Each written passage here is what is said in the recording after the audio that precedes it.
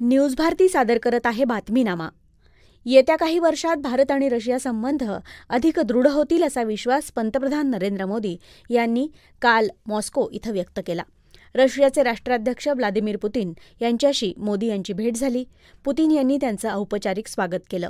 यावेळी दोनही देशांदरम्यानचे द्विपक्षीय संबंध अधिक दृढ करण्यासंदर्भात दोनही नेत्यांमध्ये चर्चा झाली। कठुआमध्ये सैन्यदलावर सोमवारी झालेल्या हल्ल्यात लष्कराच्या 5 जवानांना वीरमरण आलं। संरक्षण मंत्री राजनाथ सिंग यांनी या घटनेबद्दल तीव्र दुःख व्यक्त केलं आहे।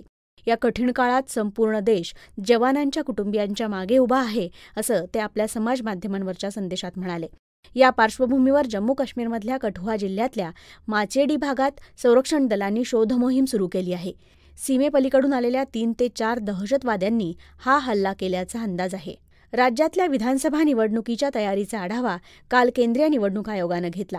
उंच इमारती तसंच 200पेक्षा जास्त घरं असलेल्या सहकारी सोसायट्यांमध्ये मतदान केंद्र उभारण्याची निवडणूक आयोगाची सूचना आहे। याचा आढावा या बैठकीत घेण्यात आला।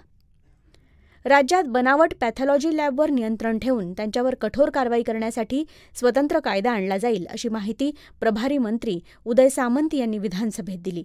सुनील राणे यांनी उपस्थित केलेल्या प्रश्नावर ते उत्तर देत होते। या स्वतंत्र कायद्यात दरावर नियंत्रण, कलेक्शन सेंटर नोंदणी, फौजदारी कारवाई यासंबंधी देखील तरतूद असेल। कायदा आणण्यासाठी विलंब झाला तर सध्याच्या नर्सिंग कायद्यात सुधारणा करून कारवाई केली जाईल, असंही मंत्री सामंत म्हणाले।